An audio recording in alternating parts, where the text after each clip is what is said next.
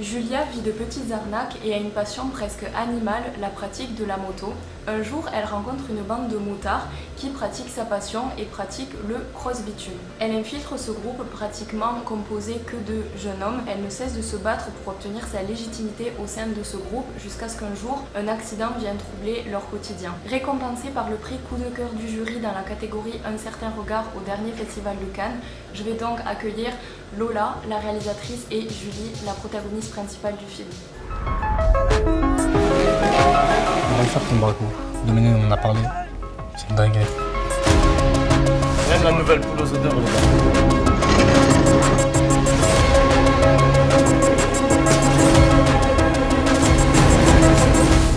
Bonjour Lola, bonjour Julie. Merci du coup de m'avoir accordé cette interview. C'est la toute première que je fais de toute ma vie.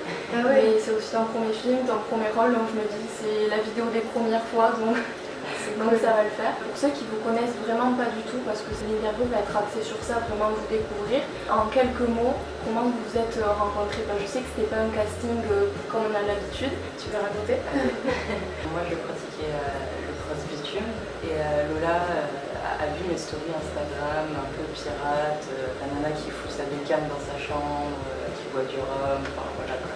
Et un jour elle m'a envoyé un petit message en DM et qu'elle était sur une écriture et qu'elle aurait aimé me rencontrer pour pouvoir peaufiner ou en tout cas s'instruire un peu de mon parcours.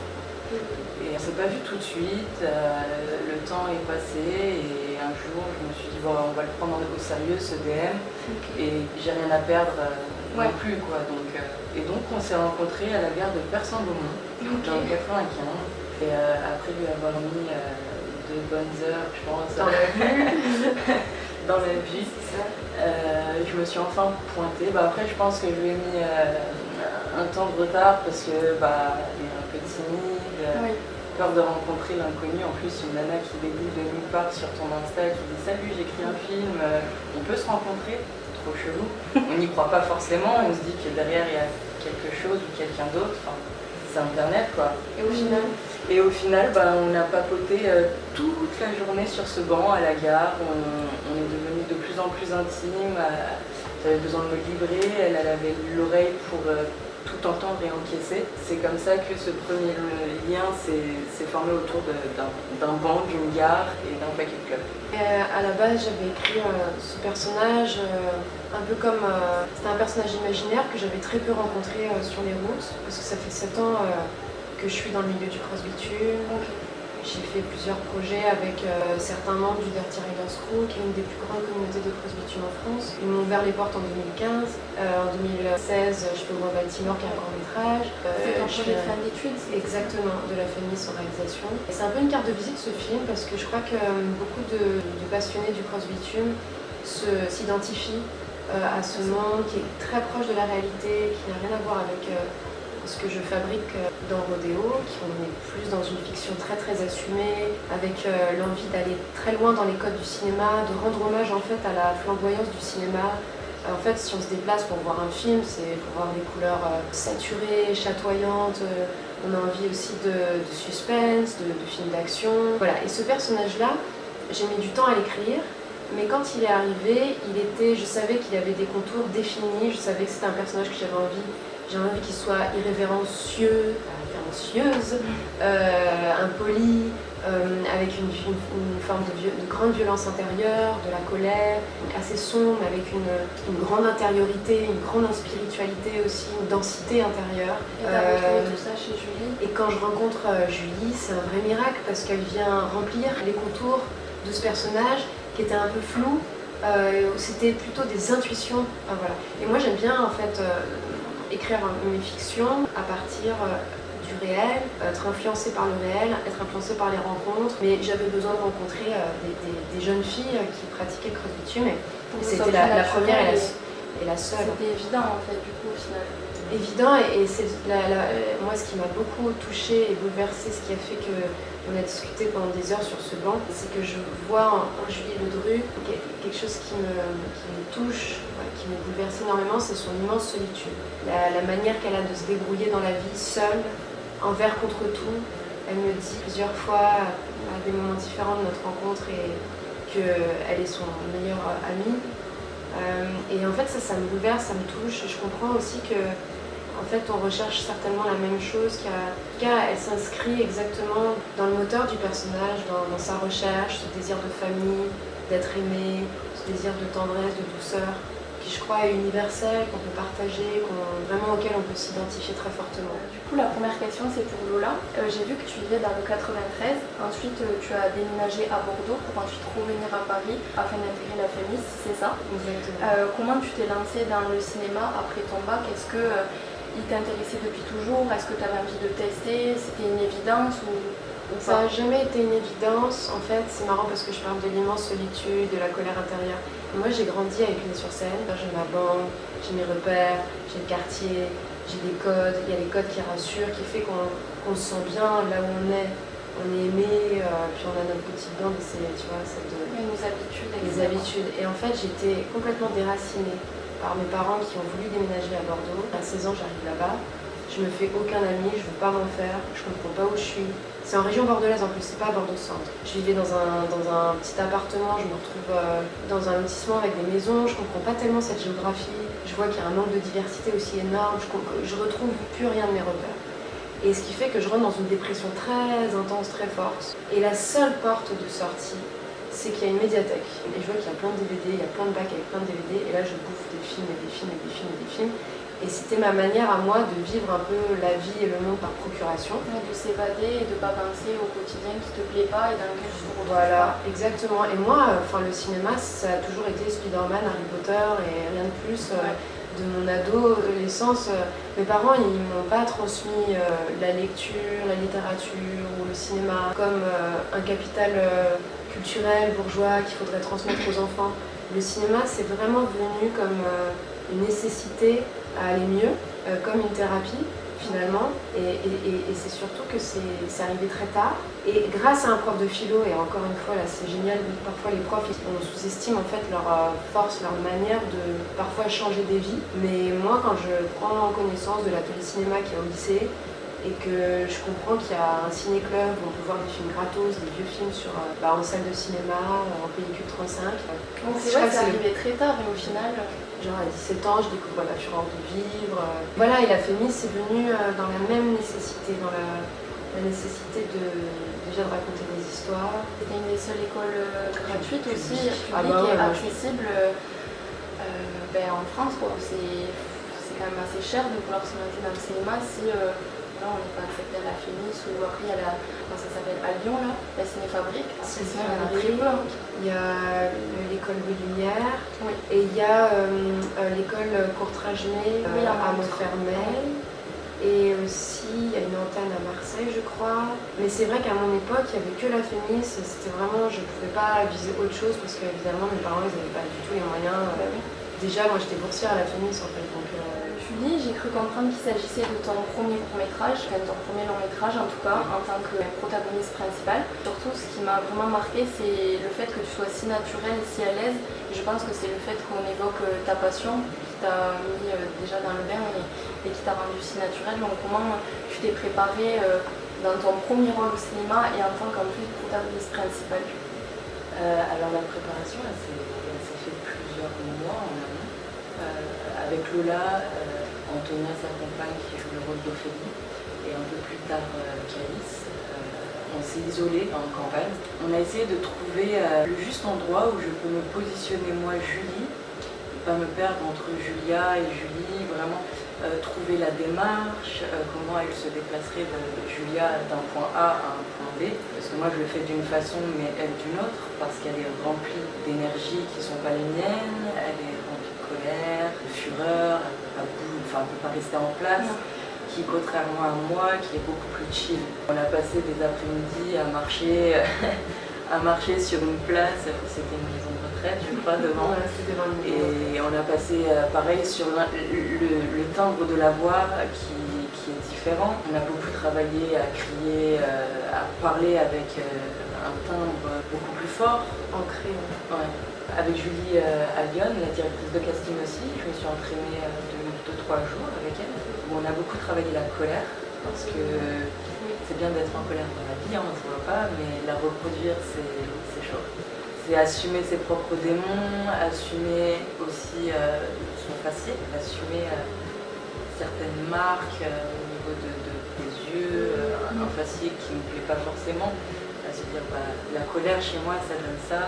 Enfin vraiment assumer plein de choses qui existent et se dire voilà tout ça ça fait de moi un être humain, il doit l'utiliser pour Julia, pour pouvoir l'animer et en faire quelque chose de brutal, de vivant.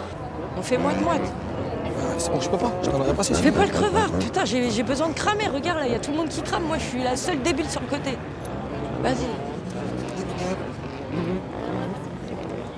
Mais fais-moi un sourire, je t'en donne. T'es baisé toi. Vas-y, bah fais-moi un sourire, prends-en.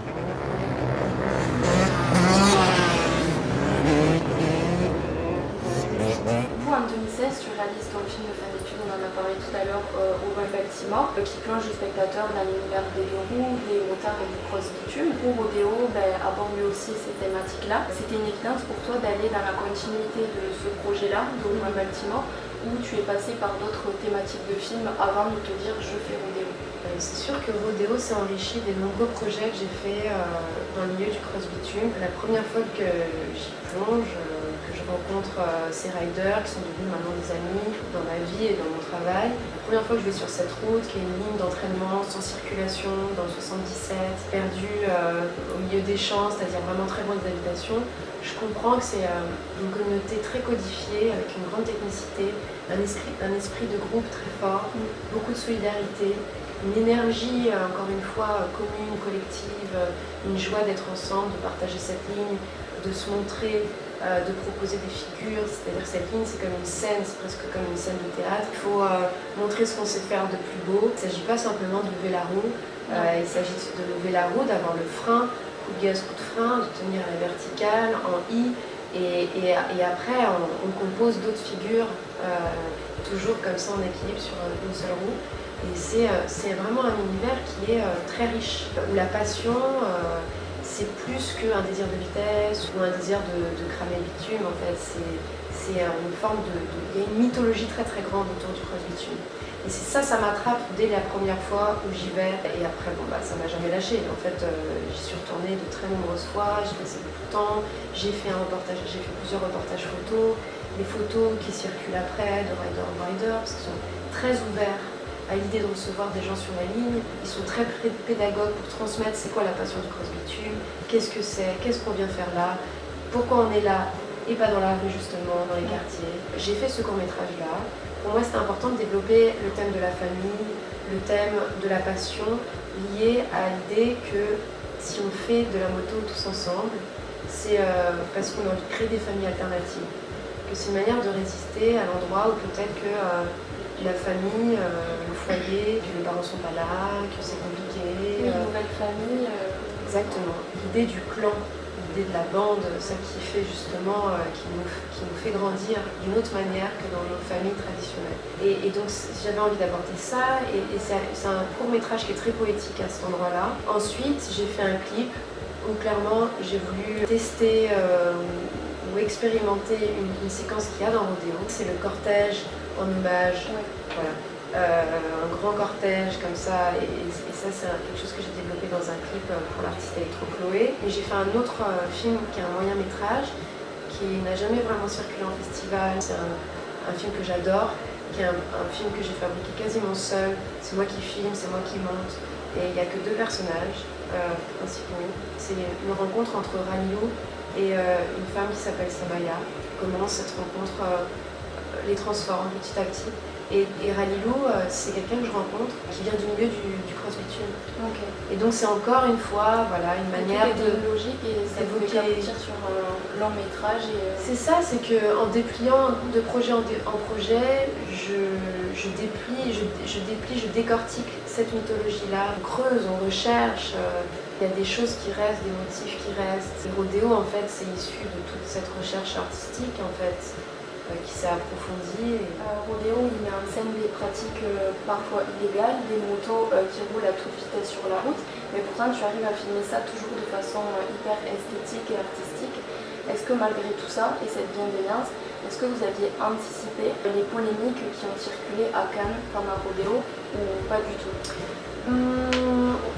Parce que je tiens à dire qu'à zéro moment on voit des courses-poursuites avec la Alors, police, dans il n'y a rien de tout ça. Mais il y a malgré tout quelque chose. Alors, il faut, en préambule, il faut rappeler que quand on est à Cannes et quand on montre le film, on bénéficie d'un rayonnement médiatique positif incroyable. C'est-à-dire, le Figaro écrit plutôt un journal de droite. Le Figaro écrit un très bon article, très bel article. Il y a aussi évidemment toute la presse internationale qui est vraiment à défendre le film. Vraiment, on fait le buzz positif de Cannes. Tout le monde a entendu parler de Rodéo sur la Croisette et on nous ramène à Rodéo à longueur de temps. Et c'est quelques jours après, d'ailleurs c'est le moment où moi je reviens à Paris, que je prends connaissance de cette polémique. C'était surtout sur Twitter quand même. Alors c'est parti de la vidéo de Combini. Je vous invite à lire un texte que j'ai écrit. Si on veut créer de la pensée et développer de la pensée, de la profondeur dans un débat qui en plus est un sujet sensible, il faut du temps, il faut prendre le temps de la distance, d'élaborer une pensée. Moi j'ai pris mon temps pour écrire ce texte où je réponds à la polémique qui m'a été les accusations en fait, nombreuses accusations, insultes, harcèlement sexiste, raciste sur les réseaux, notamment sur Twitter, où on me rend responsable des faits divers qu'il y a. C'est pas parce que je parle de la réalité des courses-poursuites et des policiers qui sont impliqués dans des courses-poursuites et les riders qui peuvent subir, qui peuvent prendre des risques inconsidérés, comme les policiers d'ailleurs. C'est pas parce que je nomme cette réalité-là que j'abstrais tous les autres accidents, tous les autres incidents, tous les autres drames. Et c'est incontestable que les faits divers dont on parle depuis des mois et qui rythment, qui séquencent toutes les semaines médiatiques, c'est affreux en fait. C'est sûr que c'est des drames qui sont incontestablement affreux et tout ça pour dire que ma réponse elle est dans le Parisien et que c'est parti de Combini, la fachosphère s'en est emparée et je pense qu'il faut revenir au cinéma, de dire que ça n'a rien à voir avec le rodéo. Mon film n'a rien à voir avec le rodéo urbain. L'amalgame vient du titre, c'est-à-dire que pour moi le rodéo c'est l'horizon américain. Il n'y a pas l'accent, c'est le terme américain, c'est le rodéo traditionnel américain qui consiste à tenir plus de 8 secondes sur le dos d'un cheval ou d'un taureau endiablé, survolté, où il faut tenir les rênes coûte que coûte, il faut s'arrimer à la carcasse, à l'animal, pour ne pas tomber. Et ça pour moi c'est l'image qui caractérise, qui évoque, c'est la métaphore en fait. Le cinéma il est là pour rassembler. Et ça, il faut se le rappeler, le cinéma c'est de la fiction, c'est un art, c'est une fabrique de l'image, c'est de la poésie, et c'est un langage particulier, c'est une expérience collective particulière parce qu'on va découvrir le film en salle, pas en VOD sur un écran de portable dans le lit. Et c'est pour tout ça que moi je fais du cinéma, c'est pour créer du lien et surtout s'unir derrière une œuvre où on ressent des émotions.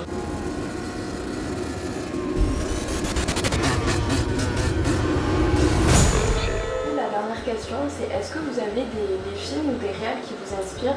Je pose cette question parce que Rodéo c'est un mélange de thriller, de chronique sociale et on peut penser aussi, comme je disais tout à l'heure, à un western avec le format de l'écran en 2.39. Il y a certains moments qui rappellent les caractéristiques du cinéma de genre.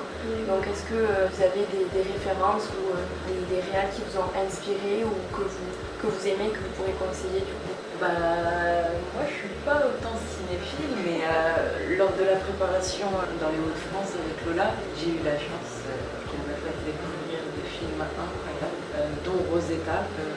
Le début de Rodéo en est un petit peu inspiré. Et ce film. C'est une introduction quand tu es sur la route et c'est ça, où il descend. Vraiment la toute première séquence où elle se débat, elle prend des murs, elle se prend les murs et tout, que les gens ils veulent la rattraper, elle descend les escaliers.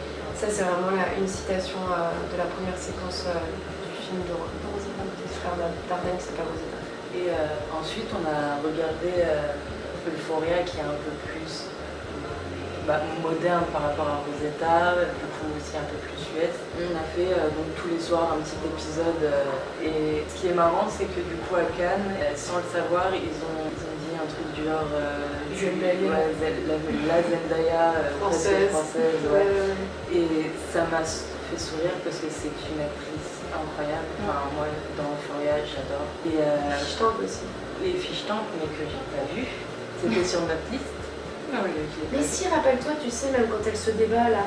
Oh oui, Fish Tank. C'est incroyable que j'ai revu en plus. Ah ouais. Mais oui. Incroyable Fish Tank aussi, ouais, incroyable. Donc j'ai pu me nourrir un petit peu de... C'est des films, je connais pas, j'ai pas forcément les termes, mais que je trouve vachement naturels. Des personnages avec des fortes émotions, etc. C'est ça qui t'a plu et c'est ce qu'on ressent aussi dans Rodéo avec ton rôle aussi, donc ça se rejoint. Ouais. Pour terminer, est-ce que vous avez une petite anecdote de tournage? Je me suis dit ça pourrait être drôle de terminer sur ça, quelque chose que vous avez jamais parlé, un truc qui vous a fait rire ou une galère de tournage, je pense que vous en avez eu. Il y a plein de galères de tournage. Je réfléchis à un truc rigolo. Ouais, je réfléchissais à un truc pas rigolo. Ah bon bah non. Bon, la première séquence qu'on tourne, c'est la première séquence du film.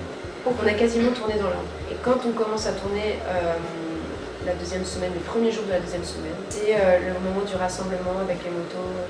Ok. Et donc c'est tumultueux et je raconte pas ce qui se passe évidemment pour pas déflorer le récit.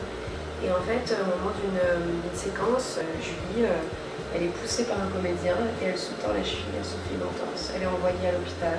Et là, on sait pas si c'est grave ou pas. On me dit qu'il faut opérer, là je commence à paniquer. Et en plus on vivait dans la même maison avec Antonia, on était à 3 et puis avec Julie, donc elle a été arrêtée pendant 2 semaines d'arrêt du tournage. Et donc on essayait de s'entraider, moi je la soignais, je faisais des cataplasmes d'argile avec des huiles essentielles, tu vois, des trucs un peu comme ça. On a acheté des pierres protectrices, tu vois. Et en même temps, il faut se servir parfois de...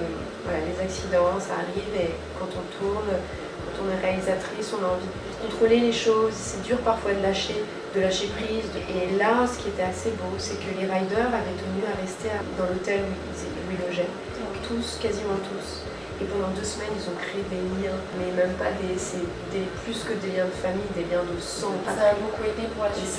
Et après, on a repris avec les scènes de groupe dans le garage. Ils ont donné des choses. Puis même leur rapport à Julie s'est transformé. J'aime bien cette anecdote parce que ça raconte quelque chose de la création, enfin, tu vois. Et après, une anecdote drôle. Il y a celle du moment où on danse. Ah ouais, moi aussi, Autour du feu? Autour du feu. Ouais. Donc on est tous... en fait, on a tendance à se plonger dans un bain. C'est-à-dire que sur notre fiche de service, si on tourne la fête, et ben, il y a écrit en gros ce soir c'est la fête. Pour être dans le bain, de se dire ok, ce soir on va en résoir. Okay. Comme pour... le décès d'un personnage, voilà, on a eu la fiche de service, voilà, telle personne est partie, une fiche de condoléances qui te jette un froid. Et là en fait tu vas au travail dans une ambiance morbide quoi, mais ça te permet de te plonger. Ouais. Et là en fait c'était durant cette fête, moi très timide, je demande à ce qu'il y ait personne pour pouvoir danser, parce que je danse d'une façon très lâché. Et en fait tout le monde est un peu pris dans la fête et puis il y a Lola qui commence un peu à danser et puis il y a Laura qui se met à danser et puis à l'arrière il y a les assistants plateau qui se mettent à danser et on se retrouve tous sur une musique, j'ai Bona, à tous à moitié zouké, à oublier que la caméra tourne et en fait c'était très naturel. Tous au même moment, genre la caméra nous filmait. Et on a tous fait ah putain on est dans le plan. C'était mais dingue. Ouais, c'était ça rend la scène vachement authentique parce que moi du point de vue de spectateur ça se ressent vraiment. Ouais. Donc, on a fait test. C'est parti. C'est cool de terminer sur la fête. Oui. Très bien. Bon, en tout cas merci beaucoup de votre temps et que du bonheur pour la suite. Ah merci, c'est cool. Merci.